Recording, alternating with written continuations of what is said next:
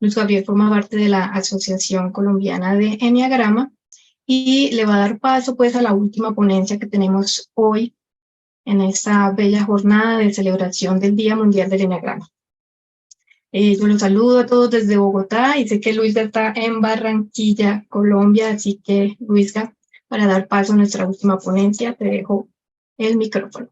Miren, tengo de verdad, el placer de haberlos podido acompañar durante toda esta jornada, pero creo que lo que viene a continuación podría ponerle la cereza al pastel. El cuerpo es el vehículo a través del cual se percibe esta experiencia humana. En los últimos años, y cada vez más, estamos ávidos de conectar con nuestro cuerpo a través de prácticas como el yoga o la danza. El cuerpo continuamente expresa lo que se moviliza en otras dimensiones, como la mental, las emociones y las sensaciones, recordándonos que la vulnerabilidad nos hace humanos. Beatriz, en su propuesta, nos llevará el autoconocimiento hacia el plano del cuerpo, por cuanto contiene información valiosísima para el desarrollo de nuestra esencia, llevándonos a experimentar el eneagrama. Por eso, nos planteará que sin cuerpo no hay experiencia, y sin experiencia no puede haber transformación. Beatriz Gálvez es licenciada en Derecho y trabaja como profesional de recursos humanos. Se ha formado en coaching y eneagrama, formada en yoga aplicado al estrés y al trauma. En 2020 se certificó como profesora de yoga. Actualmente imparte talleres de eneagrama y yoga de forma combinada, encontrando en la integración de estas disciplinas la herramienta perfecta para un verdadero trabajo de desarrollo y transformación personal. Beatriz es miembro de la Junta Directiva de la Asociación Española de Eneagrama. Te recibo con un fuerte abrazo desde Barranquilla, Colombia, y que nos llegue, por favor, hasta la madre patria, hasta tu país. Muchas gracias, Luis, por esa presentación. Bueno, como decías, mis compañeros han dejado el listón bien alto, así que vamos con la última ponencia, en la que, como tú decías, vamos a hablar de eneagrama y cuerpo y, en definitiva, de eneagrama y experiencia. Voy a compartir mi pantalla, que espero que veáis en breve. ¿Me confirmáis que veis, por favor? Perfecto, perfecto. Fenomenal. Bueno, eneagrama y cuerpo desarrollando la conciencia corporal. Bueno, antes de empezar y de meternos en faena, hacer una llamada de atención o como titular, que aunque desde hace un tiempo realmente en la historia de la humanidad no tanto, ahora lo vamos a ver, venimos funcionando, ya lo sabemos, ¿no? Muy desde la mente, hacemos todo y abordamos toda la vida entera desde la mente e intentamos ser lo más racionales posibles. Pero esto no ha sido siempre así. A lo largo de la historia de la humanidad, como os decía, en todas las disciplinas de conocimiento, desde luego de conocimiento del ser humano, pero en todas las demás, el cuerpo no ha estado separado de la mente. Se consideraba que el cuerpo era algo indisoluble de la mente, que estaban juntos, que funcionaban juntos, y no se percibía, o sea, no se concebía otra manera de estudiarlo que de esa manera, juntos. Esto ha sido así siempre en Oriente. De hecho, en Oriente siguen teniendo mucho esta percepción, este enfoque. Podemos hablar de medicina china, de medicina ayurveda, los yogis, desde luego, ¿no? Cuando nos hablan de todos los canales que tenemos como sede en el cuerpo a nivel sutil, pero en el cuerpo en definitiva, pero también en Occidente, como os digo, hasta hace, entre comillas, no tanto, no se estudiaba el ser humano, sino era desde el cuerpo, por supuesto también la mente, pero ambos funcionando juntos. Entonces vamos a ver cuándo es que pasó esto, ¿no? Cuándo se produjo esta ruptura, porque fue una ruptura entre mente y cuerpo, cuando se empezó a concebir que la mente era una cosa que funcionaba por un lado y el cuerpo por otra. Y no solo... ¿Sí? Perdón, era para pedirte si podías hablar un poquito más lento o introducir ciertas Por la pausas traducción. para ayudar a los traductores, sí. Gracias. Claro que sí, muchas gracias por avisarme. Decía, ¿cuándo es que se produce esta ruptura entre cuerpo y mente? La mente es una cosa, el cuerpo es otra, funcionan por separado, pero no solo eso, sino que la mente debe tener la absoluta predominancia, debe ser la reina y el cuerpo someterse a la mente, porque en definitiva es lo que nos hace seres racionales, ¿no? Y nos diferencia de los animales. Bueno, pues esto ocurre en el siglo XVI, como os decía, si miramos toda la historia de la humanidad no es tanto, con Descartes concretamente, el filósofo Descartes, que le conoceréis por su famosa frase pienso, luego existo, ahí es nada, el calado de la frase, bueno, despliega su filosofía, nos trae esta forma de pensar y de ver al ser humano, y desde entonces ha reinado en Occidente, se acoge con bastante énfasis este enfoque, Y desde entonces ha reinado el protagonismo absoluto de la mente, tal y como lo conocemos, ¿no? De hecho, hasta fechas recientes, si lo pensáis, la educación emocional y corporal ha sido totalmente inexistente en nuestras culturas, en Occidente. Y no solo inexistente, sino que de hecho se ha menospreciado, yo creo. Aunque ahora es verdad que oímos hablar mucho de inteligencia emocional, de gestión de las emociones, realmente estamos en pañales, estamos aprendiendo, empezando a aprender, y todavía la mayor parte de las personas ni siquiera saben cómo, ¿no? La religión también en nuestra cultura occidental ha tenido un impacto, como no. ¿Cómo ha visto la religión el cuerpo normalmente? Bueno, pues como esa sede de instintos primarios, animales, en definitiva, que hay que reprimir y limpiar, porque es precisamente lo que nos aleja de ser esos seres racionales y no animales, en definitiva.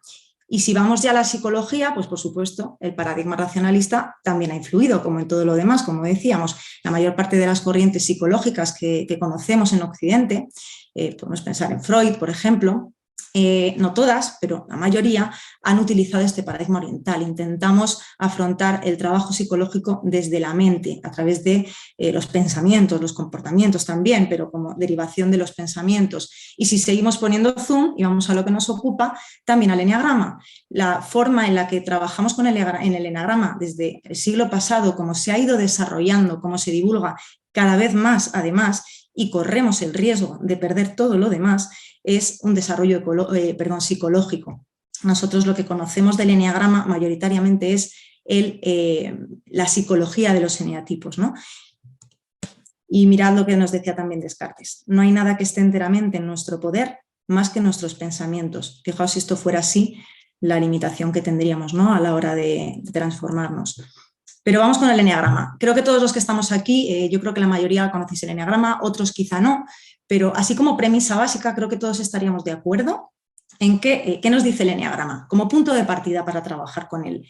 Bueno, pues que el ser humano tiene 3 centros de inteligencia, 3 centros motores y 3 centros de percepción, en definitiva. El centro instintivo, que es el cuerpo, el centro emocional y el centro mental. Yo creo que ahí todos estaríamos de acuerdo. Y además también creo que estaremos de acuerdo en que el eneagrama nos dice que la única manera de trabajar adecuadamente con esta herramienta y cómo podemos producir cambios es trabajando de manera integrada con los 3 y desde los 3. Hasta ahí todos de acuerdo. Pero pensad cómo trabajamos habitualmente con esta herramienta. Los que la usáis para vuestro propio trabajo personal y también los que la usáis para ayudar a otras personas. ¿Qué hacemos? Pues hacemos cosas como estas. Damos definiciones muy detalladas de cómo son los comportamientos de los eneatipos, diseccionamos incluso esos comportamientos para ver los matices entre los subtipos, argumentamos y debatimos sobre cómo son esas estrategias que desde pequeñitos desarrollamos y que forman nuestra persona de adultos. Por supuesto, leemos libros, escribimos libros, vamos a talleres, damos cursos, charlas, vemos vídeos, a nosotros mismos nos autoanalizamos, reflexionamos sobre cómo somos y cómo nos gustaría ser, pero ¿desde dónde creéis que hacemos normalmente todo este trabajo? ¿Desde qué centro de los 3? Pues desde luego del mental, mayoritariamente al menos. Porque pensad, haceos estas preguntas. ¿Qué cosas concretas haces tú en tu día a día, en tu vida, para gestionar en tiempo real cuando aparece una emoción, cuando te invade la ira? ¿Qué haces en ese momento realmente? A pesar de todo lo que sepas de eneagrama, cuando aparece, ¿qué haces a nivel emocional? Y con tu cuerpo, ¿qué tiempo, qué energía, qué recursos dedicas a conocerlo, a comprender el lenguaje que tiene, a ver la información que te da? ¿Dedicas tiempo, desarrollas tu relación con él? Y los que trabajáis con el eneagrama, por poner algunos simples ejemplos.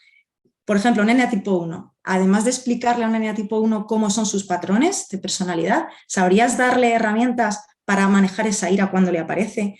O al eneatipo 5, ¿le sabrías dar técnicas para activar y conectar con su energía corporal? O siguiendo los ejemplos, a un eneatipo 4 le podríais explicar, aparte de nuevamente explicarle cómo funcionan sus patrones, cómo la química de su cuerpo le puede estar influenciando en su potencial tendencia al pesimismo. Y al eneatipo 6, por seguir con otro ejemplo, ¿sabríamos decirle, explicarle y darle recursos para usar su cuerpo para reducir su actividad mental? Que fijaos qué útil sería esto, ¿no?, para un eneatipo 6. Bueno, pues yo lo que propongo un poco es volver a la esencia original del eneagrama, no quedarnos y correr el riesgo de perder la enseñanza que de verdad nos trae el eneagrama. Si nos quedamos en la parte psicológica, que es súper útil, súper necesaria, vamos a perder el origen. Creemos y compartimos aquí todos un enorme amor por el eneagrama, sabemos lo potente que es, pero estamos corriendo el riesgo de perder lo que realmente en su origen nos quería enseñar y nos quiere enseñar. Y aquí traigo a Gurdjieff como oposición, si queréis, a Descartes. Fijaos, Gurdjieff, para los que no conocéis el eneagrama, vamos a decir que fue el puente entre esas enseñanzas originarias, porque el eneagrama es una herramienta milenaria, ya lo sabemos, y es muy difícil saber hoy en día realmente desde dónde y desde cuándo viene. Pero Gurdjieff fue la persona que trajo el eneagrama a Occidente y a partir de ahí, pues Ichazo, Naranjo, desarrollaron la parte psicológica, ¿no?, de los eneatipos que ya todos conocemos. Y fijaos lo que decía Gurdjieff: es imposible recordarse a sí mismo. Cuando él habla de recordarse, quiere decir reconocerse, conocerse, recordar lo que eres y salir de esos patrones automáticos de la personalidad, en definitiva. La gente nos recuerda porque quiere vivir solo por medio de la mente, y otras partes del cuerpo no tienen ningún deseo de recordar. Nos está diciendo, en definitiva, lo importante que es acudir también a esos otros centros, ¿no?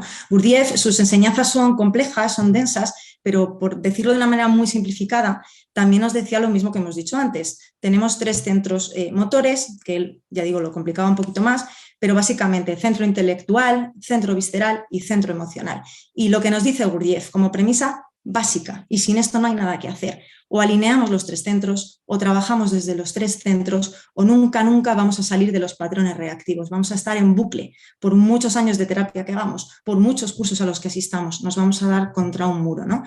Solo alineando los 3 centros y trabajando sobre los que quizá tenemos más olvidados, podemos empezar a aflojar esos patrones de la personalidad y tener, como decíamos antes, un poquito más de libertad. Porque en realidad, ¿qué estamos haciendo con todo este enfoque que decíamos antes, ¿no?, de cómo trabajamos con el eneagrama? Pues estamos tratando de cambiar al ego desde la mente.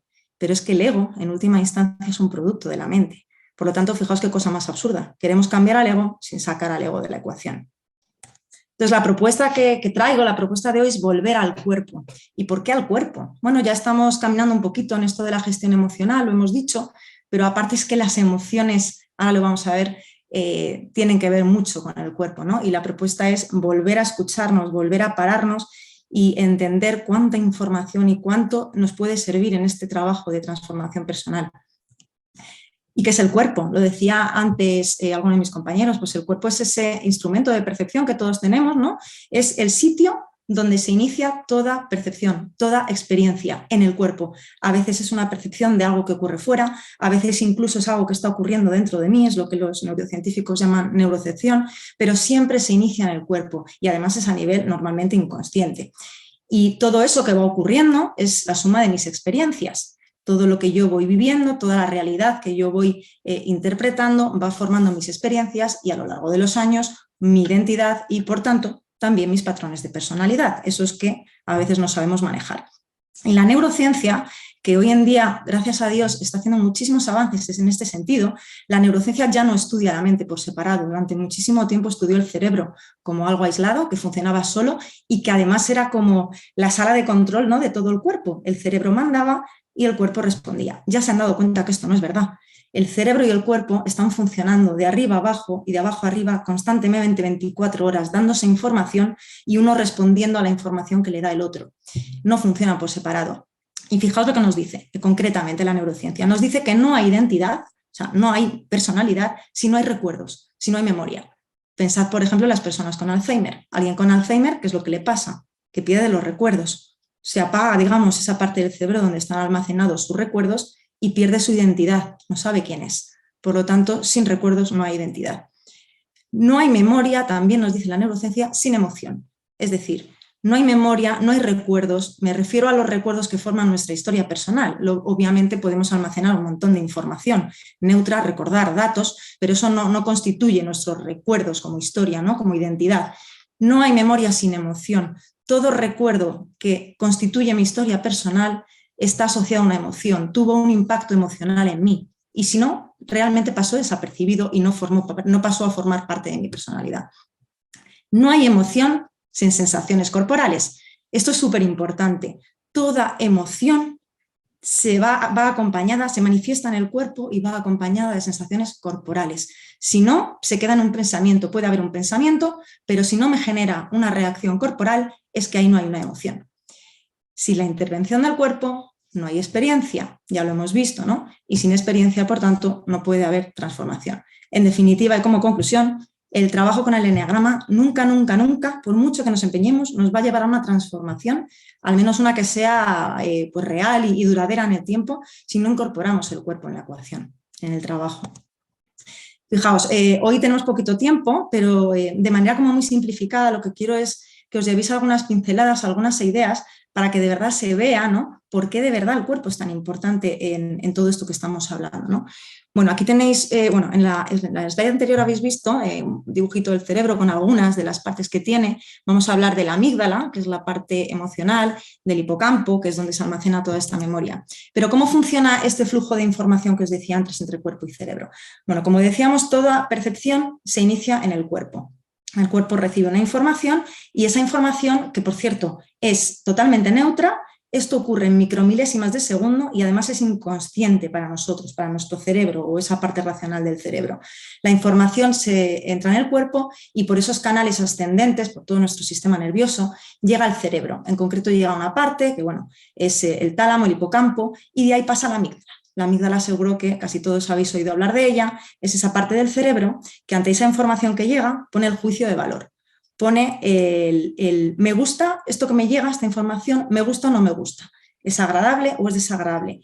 ¿Me da miedo? ¿Es peligroso? ¿Me da miedo? O por el contrario, es algo seguro, que me gusta, que puedo estar tranquila. Con ese juicio ya de valor, esa interpretación subjetiva que hace el cerebro, seguimos en modo inconsciente todavía, ¿eh? Esto ocurre, ya os digo, muy deprisa.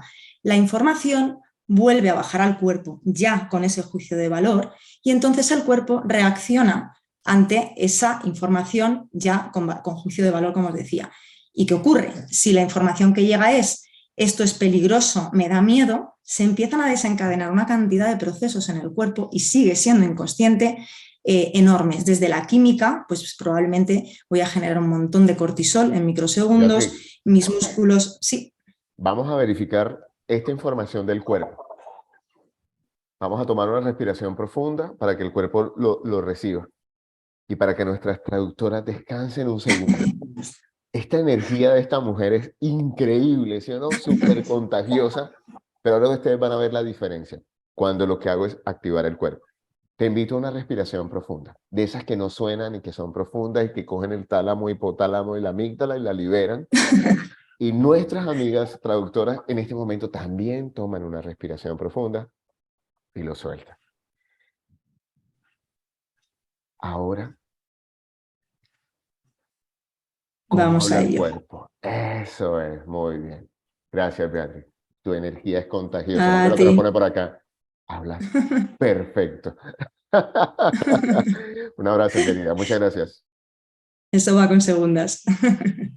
Bueno, la información, sí, como os decía, que empieza a producirse muchísimos procesos en el cuerpo de los que no somos conscientes y que nos afectan muchísimo. Como os decía, si la emoción es de miedo, porque la amígdala ha puesto esa emoción de miedo, desencadena cortisol, probablemente los músculos se van a tensar, nos vamos a preparar para reaccionar, el corazón se va a acelerar, probablemente vamos a respirar mucho más deprisa, etcétera, etcétera. Por el contrario, si la emoción es de me gusta, esto es seguro, puedo estar tranquilo, lo que vamos a probablemente desencadenar es serotonina, los músculos se van a relajar, voy a respirar, como decías, más profundo y despacio. Fijaos qué diferente lo que ocurre en el cuerpo según el caso, ¿no? O si fuera la ira, ¿no? Algo que pasa, que alguien me dice algo y me enfado muchísimo. Pues en ese caso también se van a desencadenar otro tipo de procesos. Pues todo eso que ya está ocurriendo en el cuerpo, que es información todavía más completa, vuelve a subir al cerebro y ahora ya sí, aunque bueno, pasan más cosas por el camino, pero ahora ya sí llega a la corteza cerebral. Esto quiere decir que en ese momento, hasta ahora, todo era inconsciente, pero en este momento ya sí interviene la parte del cerebro que es esa corteza que interpreta, ya me doy cuenta de lo que está pasando, de lo que está ocurriendo y doy una respuesta. Si ha sido, como decía, algo que me ha molestado, pues quizá puedo decirle a la otra persona que me ha molestado o lo que sea. Esto sería como el proceso, vamos a decir, normal, ¿no? O más sano. Pero ¿qué ocurre? Pues que muchas de las veces, y cuando hablamos de patrones de reactividad, que es lo que aquí nos ocupa, ¿no? Y lo que nos crea tantos problemas, en este proceso hay como una especie de cortocircuito. Probablemente muchos de vosotros habéis oído hablar del secuestro amigdalino.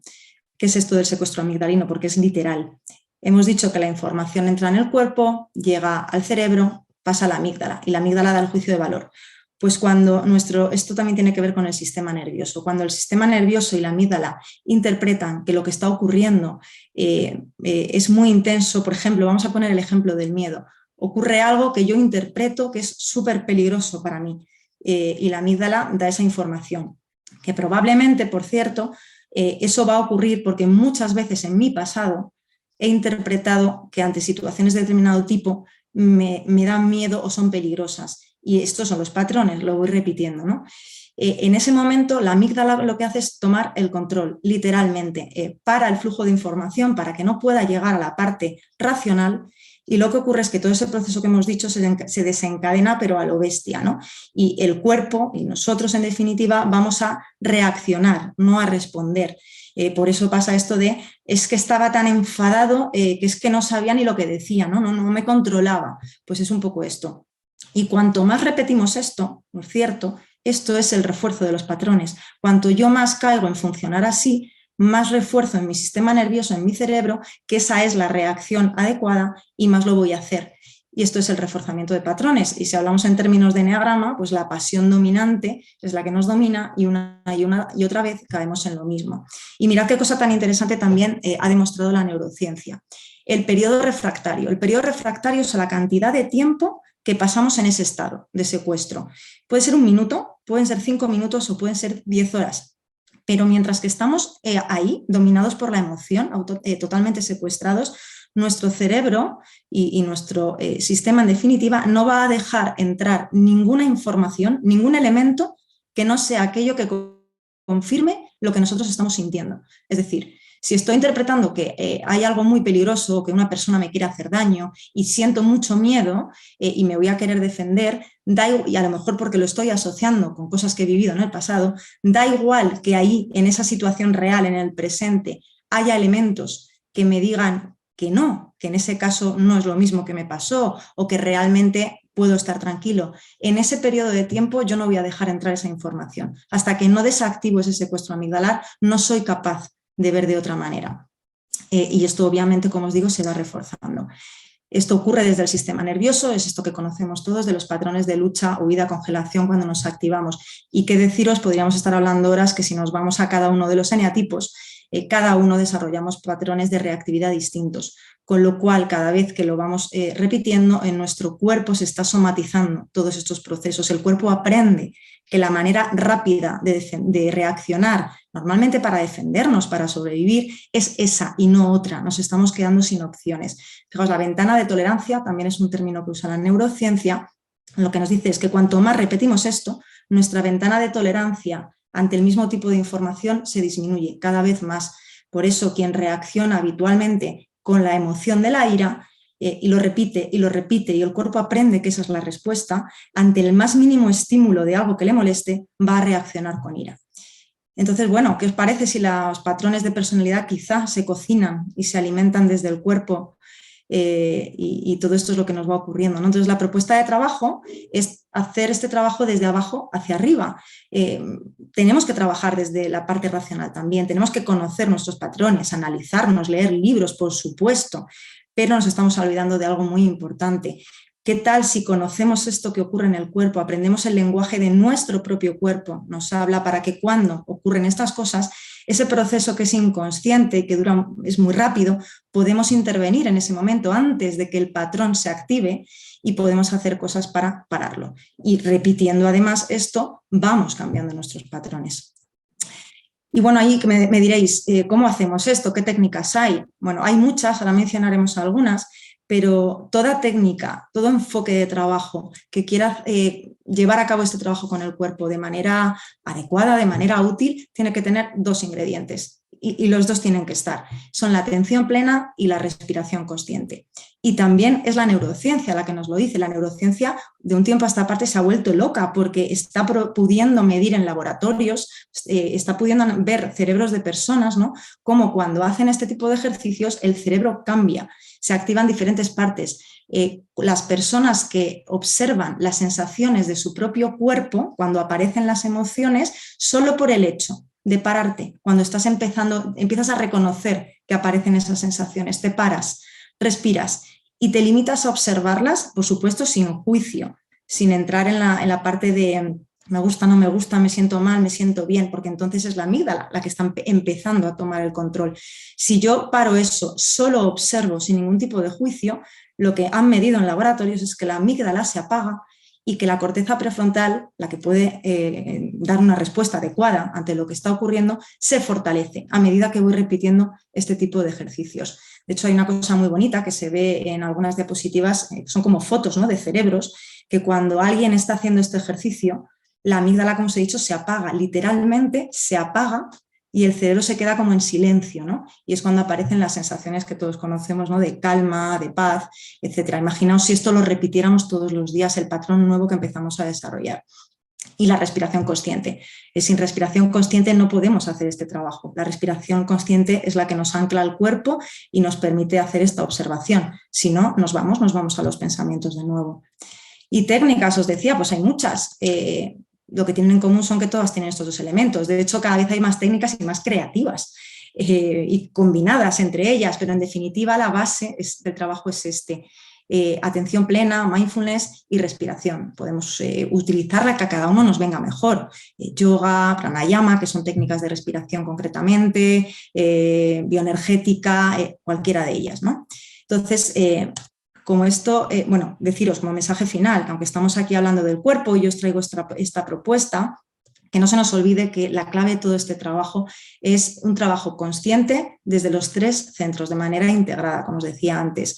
Si solo trabajáramos con el cuerpo, yo veo a muchas personas en el ámbito del yoga, por ejemplo, que, fijaos, si tienen conciencia corporal, hacen todo esto, pero no conocen sus patrones, no se paran a hacer otro tipo de cosas desde otros puntos de vista, y van a yoga y danzan y lo que queráis, pero no consiguen cambiar estos patrones. Sin los 3 centros de forma integrada no vamos a transformar nada.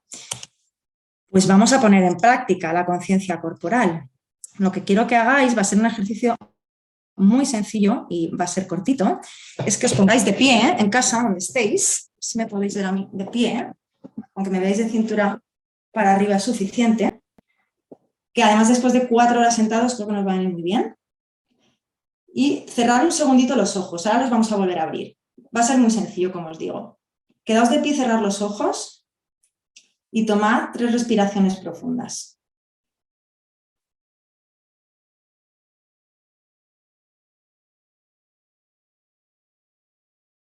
Simplemente empezad a llevar vuestra atención al cuerpo. Observad, figuradamente hablando, con vuestra atención, vuestras piernas, vuestros pies en el suelo.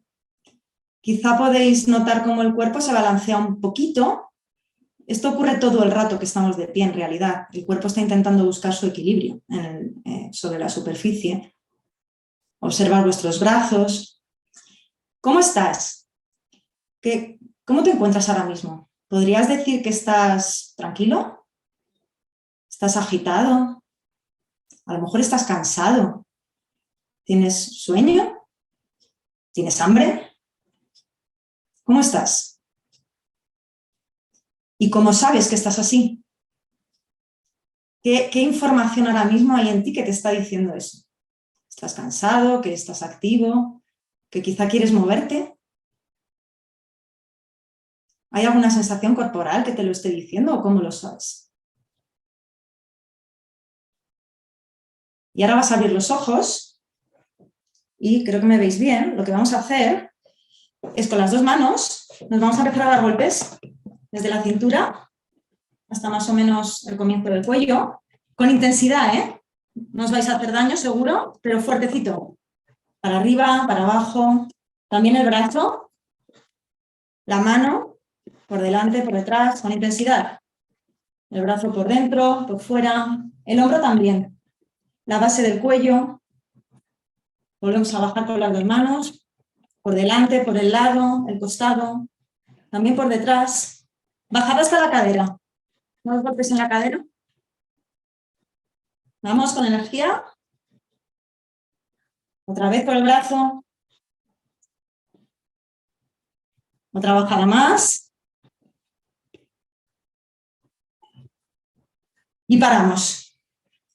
Vais a volver a tomar la postura de antes y a cerrar los ojos. Vuelve a tomar un par de respiraciones profundas y observa cómo está el lado izquierdo de tu cuerpo.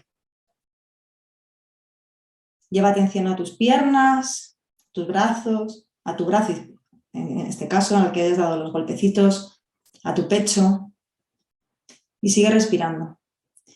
¿Cómo está esa mitad del cuerpo? ¿Hay algún cambio respecto de cómo estaba antes? Por pequeño que sea. Quizás sientes el pecho como más elevado, más expandido. El brazo quizá también está como más energizado, quizá. ¿Cómo es tu respiración ahora? ¿Cómo dirías que estás desde ese lado en comparación con antes? Si estabas como cansado, ¿es igual ahora? ¿Estás igual? ¿Te sientes igual de cansado o de apagado? O si estabas muy agitado, ¿cómo está ahora? Y mira cómo está el lado derecho, compáralos. Si es el izquierdo el que has golpeado, si no, pues el contrario, claro. ¿Cómo está el lado que no has golpeado en comparación? Quizá el hombro está un poquito más caído, el pecho como más bajo. La parte que has golpeado, quizás la percibes como si fuera más grande. Busca sensaciones corporales. Vuelve a abrir los ojos y, como queremos equilibrar, vamos a hacer lo mismo en el otro lado.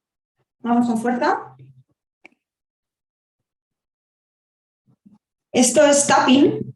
Es una cosa súper simple, pero estamos dando estímulo en segundos a todo nuestro sistema nervioso.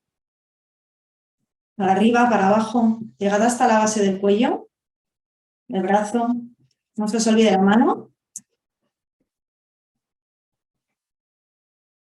Bajar, subir, con energía. Por detrás también, la cadera, el hombro de nuevo. Otra pasada por el brazo. Un poco más. Y volver a paraos. Como antes, cerrad los ojos. Tomad un par de respiraciones profundas. ¿Cómo estáis ahora? ¿Cómo estás? Observa la parte en la que ahora has golpeado. ¿Qué ha cambiado? Lleva tu atención al pecho, al hombro, al brazo. ¿Qué ha cambiado después de estos golpes? ¿Cómo está tu cuerpo ahora en comparación a cuando estaba al principio del todo, antes de empezar a golpear? ¿Y cómo te sientes? ¿Haber golpeado el cuerpo de esta manera ha hecho cambiar algo, por pequeñito que sea, la manera en cómo estás, cómo te sientes? Quizá ahora percibes más sensaciones en tu cuerpo que antes.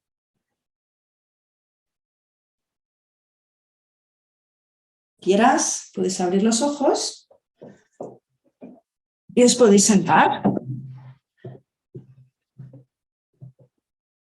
Y si queréis, en nada, un par de minutitos, no sé el tiempo que queda, estaría genial si a alguien, bueno, le apetece compartir pues cualquier cosa, ¿no? Sobre todo lo que hemos hablado o sobre lo que ha experimentado con este ejercicio que ya os digo no puede ser más simple, más tonto, entre comillas, pero acabamos de estimular nuestro sistema nervioso. Cómo actuando sobre el cuerpo, imaginaos si esto lo hacemos de una manera más enfocada, más trabajada, ¿no?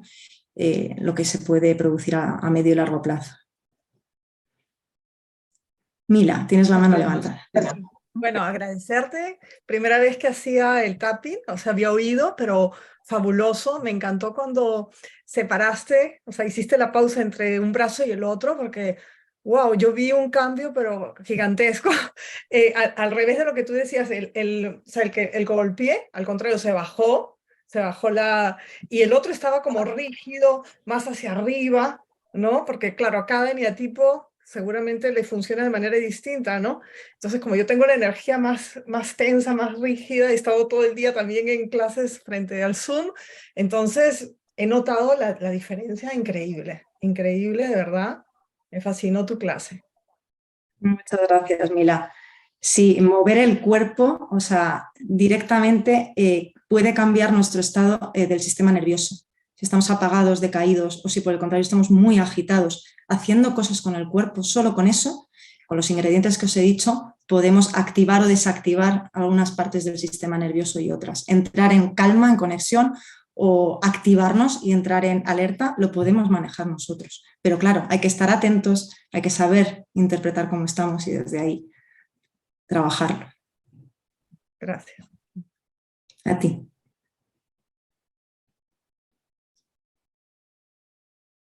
Está May ¿May? Álvarez. Ujú. Ok, gracias.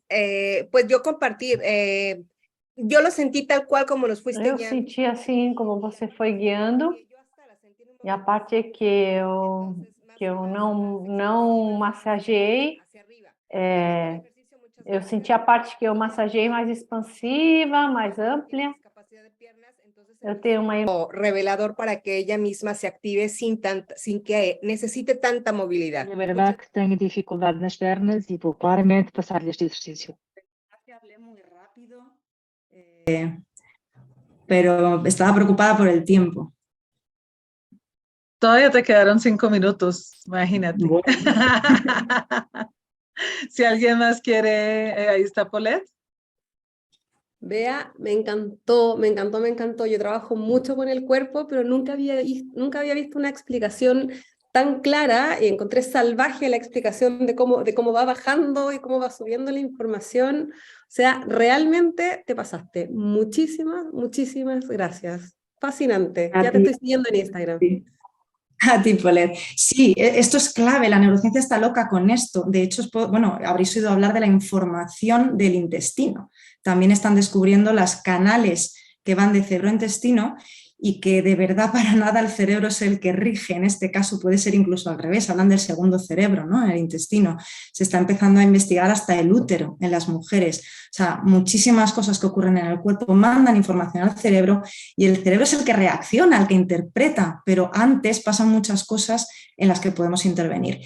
Y los patrones, como habéis visto, los patrones del sistema nervioso se activan y se forman y se consolidan en el cuerpo. Mi querida Pues Bea, muchas gracias a todos. creo que puedes ver en el chat todos los mensajes que te envían, tu energía. Creo que todos quedamos contagiados con tu energía. Tu cuerpo tiene muchísima energía y creo que precisamente eso es lo que nos contagias.